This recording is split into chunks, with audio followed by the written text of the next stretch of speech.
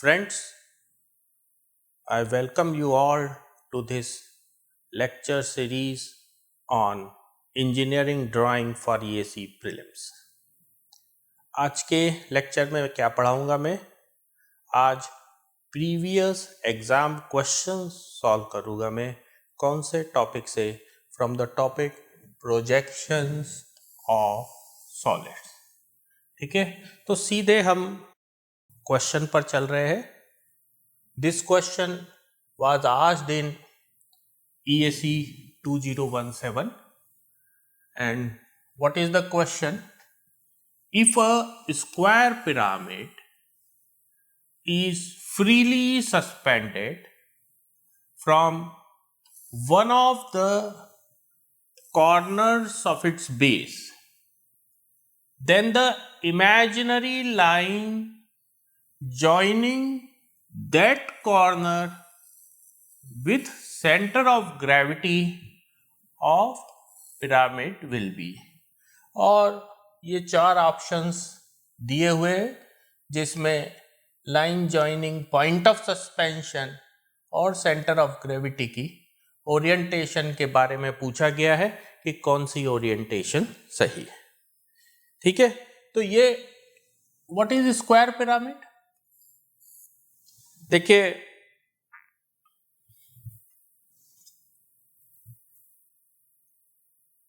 this is a right square pyramid. It consists of a square base which is joined to apex by isosceles triangular slant faces such that axis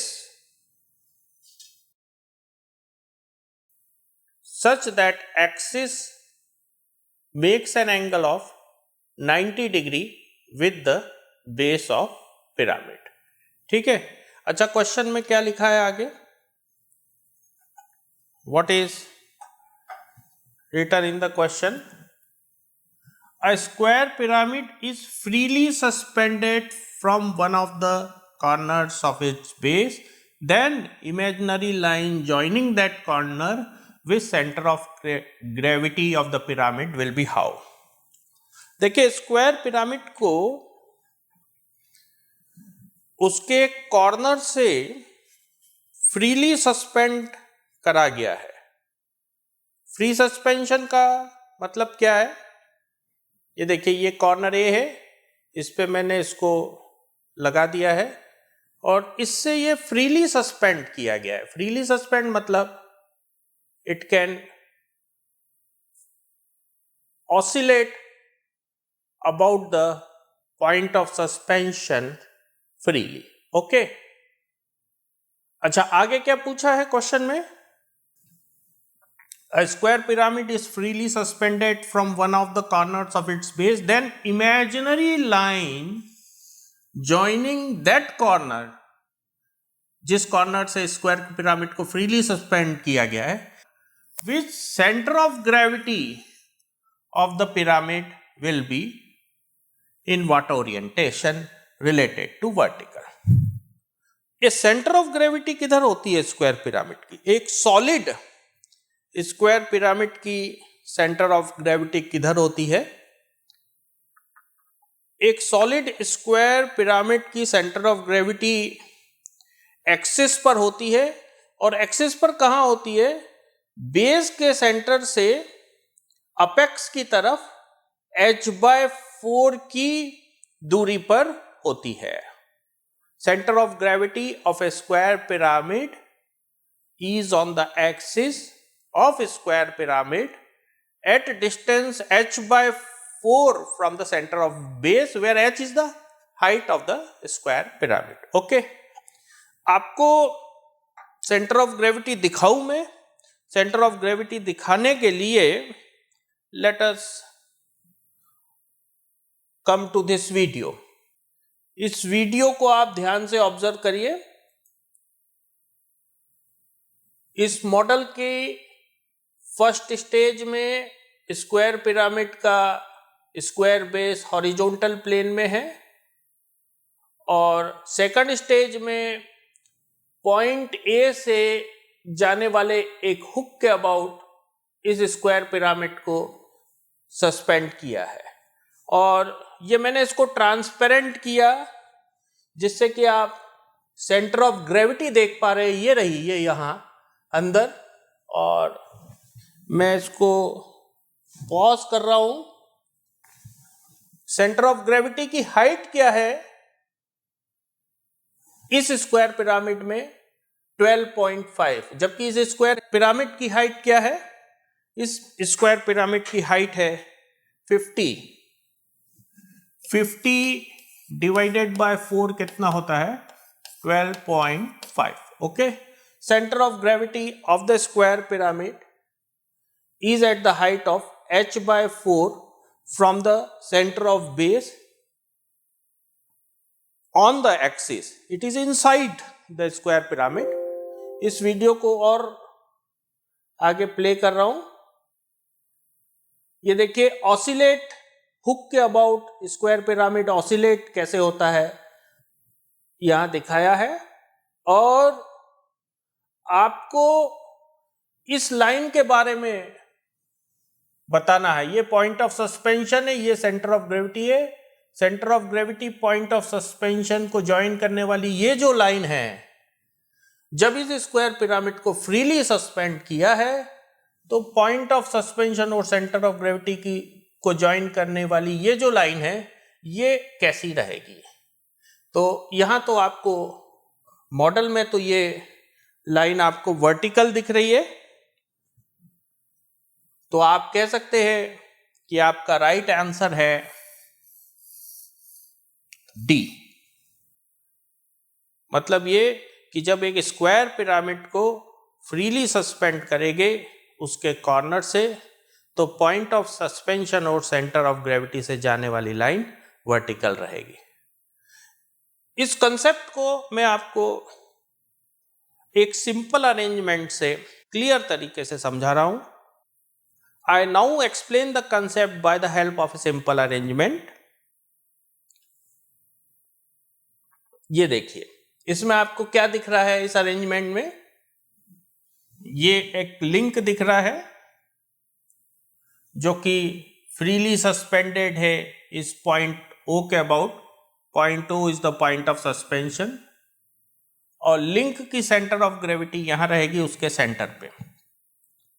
अभी इस जो link का wait है वो centre of gravity से act कर रहा है डाउनवर्ड डायरेक्शन में, और न्यूटन्स थर्ड लॉ के अनुसार जो पॉइंट ऑफ सस्पेंशन है वहां से एक रिएक्शन फोर्स मिलेगा आपको जो कि इक्वल रहेगा और अपोजिट रहेगा। ये दोनों फोर्सेस की लाइन ऑफ एक्शन के बीच शॉर्टेस्ट डिस्टेंस है डी परपेंडिकुलर, और ये दोनों फोर्स मिलके एक क्लॉकवाइज टॉर्क क्रिएट कर रहे हैं जो कि इस लिंक को रोटेट करने की कोशिश कर रही है towards it's vertical equilibrium position. और वो टॉर्क का मैग्नीट्यूड कितना होगा? टॉर्क क्या होती है? It is force multiplied by perpendicular distance between the forces, mg into d perpendicular। ठीक है, तो इसको एनिमेशन को मैं प्ले कर रहा हूं। ये लिंक रोटेट होना चालू हुआ और आप देख रहे हैं कि डैम्पिंग हो रही है एयर की वजह से, और उसकी वजह से ऑसिलेशंस का एम्पलीट्यूड कम होता जा रहा है, और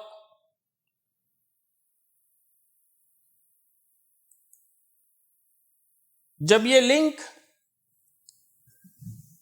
इस वर्टिकल पोजीशन में पहुंच जाएगा तो इस पे नेट एक्सटर्नल टॉर्क कितनी लगेगी?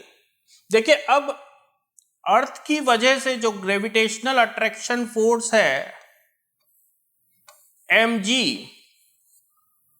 वो सेंटर ऑफ ग्रेविटी से लग रहा है डाउनवर्ड डायरेक्शन में, और जो रिएक्शन फोर्स है वो पॉइंट ऑफ सस्पेंशन से लग रहा है अपवर्ड डायरेक्शन में, और दोनों फोर्सेस की जो लाइन ऑफ एक्शन है वो एग्जैक्टली कोइंसाइड कर गई है। तो दोनों फोर्सेस के बीच का ये जो परपेंडिकुलर डिस्टेंस है वो 0 हो गया है। तो इसलिए जब लिंक इस पोजीशन में आया है वर्टिकल पोजीशन में, तो लिंक पर नेट एक्सटर्नल टॉर्क की वैल्यू क्या रहेगी? नेट एक्सटर्नल टॉर्क की वैल्यू रहेगी 0, mg इंटू 0 इक्वल टू 0। पर चूंकि लिंक इस डायरेक्शन में मूव हो रहा था, तो उसके इनर्शिया की वजह से वो आगे निकल जाएगा, और जब इस तरफ पहुंचेगा लिंक, तो उस पर टॉर्क किस प्रकार से लगेगी? देखिए, सेंटर ऑफ ग्रेविटी से mg फोर्स लगेगा डाउनवर्ड डायरेक्शन में, और पॉइंट ऑफ सस्पेंशन से अपवर्ड रिएक्शन फोर्स लगेगा r, equal and opposite to mg। Okay, और इन दोनों फोर्सेस की लाइन ऑफ एक्शन के बीच में अभी इतना डिस्टेंस है d परपेंडिकुलर, और ये दोनों फोर्स कैसी टॉर्क क्रिएट कर रहे हैं, क्लॉकवाइज या एंटी क्लॉकवाइज? ये दोनों फोर्स कैसी टॉर्क क्रिएट कर रहे हैं? Now they are creating an anti clockwise couple. Okay, तो ये कपल की टेंडेंसी रहेगी कि लिंक अपनी वर्टिकल इक्विलिब्रियम पोजीशन में पहुंचे।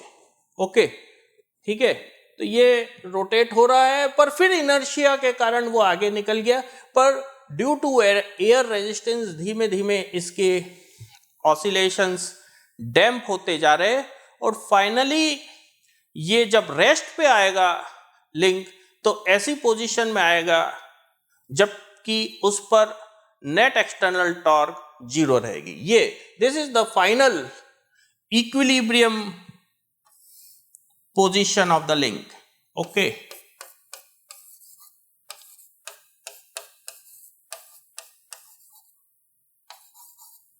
this is the final equilibrium position of the link. अब जब लिंक इस पोजीशन पे आ गया है, तो अब इसको रोटेट करने के लिए जो टॉर्क है mg इंटू डी परपेंडिकुलर, उसकी वैल्यू 0 हो गई है, क्योंकि d परपेंडिकुलर डिस्टेंस 0 हो गया है, और d परपेंडिकुलर डिस्टेंस क्या होता है? Gravitational attraction force due to earth और reaction force provided by suspension point की लाइन ऑफ एक्शन के बीच की डिस्टेंस। तो when link is in vertical position, then this d perpendicular distance becomes 0, and therefore net external torque on the link becomes 0, and the link remains in equilibrium position. Okay, तो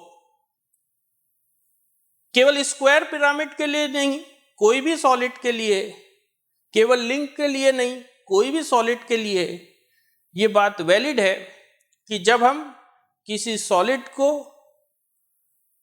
किसी एक point से suspend करते हैं, उसको free to oscillate छोड़ देते हैं, जब ऑसिलेशंस डाई हो जाते हैं, तो पॉइंट ऑफ सस्पेंशन और सेंटर ऑफ ग्रेविटी से जाने वाली लाइन कैसी हो जाती है? वर्टिकल हो जाती है। तो what is the correct answer for our question? Correct answer for our question is D, vertical. With this, I wind up today's lecture on projections of solids. I will post a detailed, dedicated lecture in future. If you have any doubts in today's lecture, you can ask your doubts in the comments section. Thank you for watching the video. Thanks.